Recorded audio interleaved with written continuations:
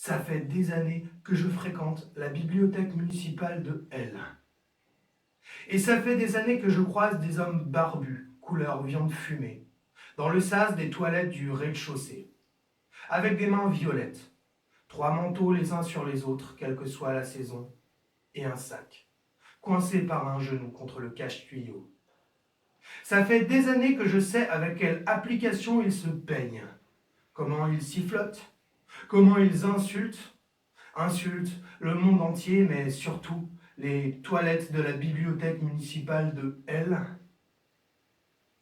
Je sais les quintes de tout, les frimas dans les bouches, les glaires, les sanis et les mots qui desquament et tombent un peu partout.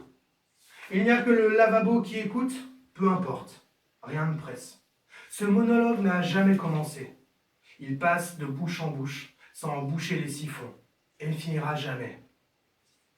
Mais, quelle que soit la couleur de ce qui coule ici, je sais que c'est l'instant où je voudrais un pilori pour moi tout seul. Parce que je n'ai pas de dictaphone sur moi. Parce que ce n'est pas encore aujourd'hui que je volerai au monde sa vérité, dans sa version violette, bistre, barbue, fumée et soigneusement peignée. Je sais ça. Je sais ça. De même que je sais au rasoir comment il tasse avec amour des piles de slips lavés à la main et essorés façon raider cadavérique dans le cabas king size du hard discount du coin, en ballot prêt pour la route de la soie.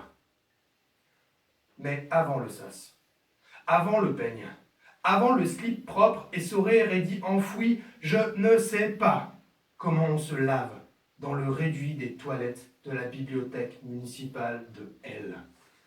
Je ne sais pas comment on arrive à tenir, où on pose les vêtements sales et où les propres. Combien il faut de doses de savon liquide pour astiquer le corps entier. S'il est seulement possible de se nettoyer correctement les fesses, le sexe, le périnée, de les maintenir assez longtemps à hauteur du lavabo pour faire dégorger les poils de leur jus savonneux, sans que le réduit se transforme en piscine. Je ne sais pas. Quelle adresse demande le fait de se tenir debout sur ses chaussures repliées, de ne pas se choper des mycoses dans cette salle des pas perdus rupestres d'1 m².